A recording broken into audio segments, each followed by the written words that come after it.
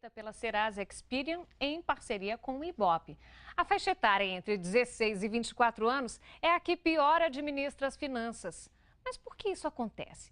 Quem vai ajudar a gente nessa resposta é o administrador José Rios Rodarte. Bom dia. Bom dia. O que está acontecendo com esses jovens? É a falta de experiência mesmo? O que houve? Então, é interessante pensar que a pesquisa apontou jovens em média de 20 anos. Se a gente analisar, exatamente agora nós completamos 20 anos de estabilidade econômica do Plano Real, a implantação do Plano Real. E os pais desses jovens viveu exatamente uma época inflacionária. Então, essa cultura inflacionária quase que desestimulava naquela época o planejamento. Então, é bem provável que esses jovens, nas famílias, na educação que eles receberam, houve pouco estímulo a esse aprendizado de planejamento de longo prazo. É uma herança, né? Exatamente. E quais seriam as principais armadilhas, né, que capturam aí esses jovens? Esses jovens, sem o planejamento, nós, não só eles, mas nós também estamos mais suscetíveis a sugestões de consumo. Então, o que acontece? Quando eu não tenho um planejamento ou um próprio orçamento, eu tenho mais facilidade de dizer sim a essas sugestões e eles estão sempre com o interesse de se identificar com um grupo, né, de afinidade. E às vezes esses grupos, eles têm alguns adereços que não são tão baratos assim. Então eles ficam naquela sugestão para adquirir, uma tentação para adquirir e acaba descontrolando. É como se para fazer parte de um grupo eles tivessem que ter uma roupa de marca, um tênis de marca e acabassem gastando mais do que geralmente exatamente, e geralmente os grupos, o poder aquisitivo não é o mesmo para o grupo. Então alguns pais não podem, mas acabam adquirindo.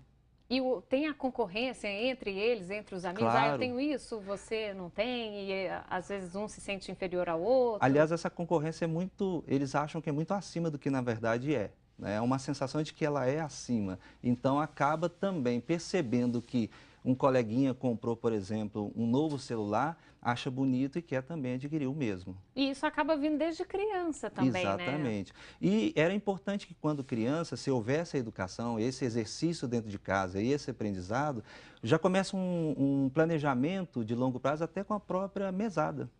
Então, a própria mesada poderia ser estimulado uma poupança, por exemplo, havendo um equilíbrio entre consumo e poupança, porque o consumo em si é neutro, ele não é um problema em si. Né? Então, o consumo poderia continuar, mas também a consciência de poupança. A questão do endividamento, né? Você estar endividado não é o problema é pagar a dívida. Exatamente. Né? O sobreendividamento é um problema, faltar a capacidade de pagamento, porque às vezes o endividamento ajuda a aquisição de um bem.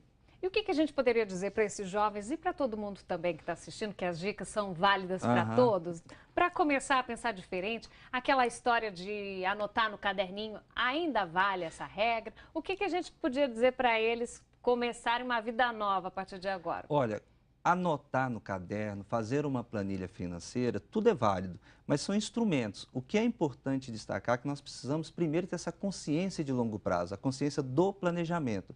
Quando nós planejamos, aí nós sim precisamos de alguns instrumentos. Eu costumo dizer que nós temos que ativar 4 traços do nosso caráter. Primeiro, coragem, depois visão, depois nós precisamos ter disciplina e persistência.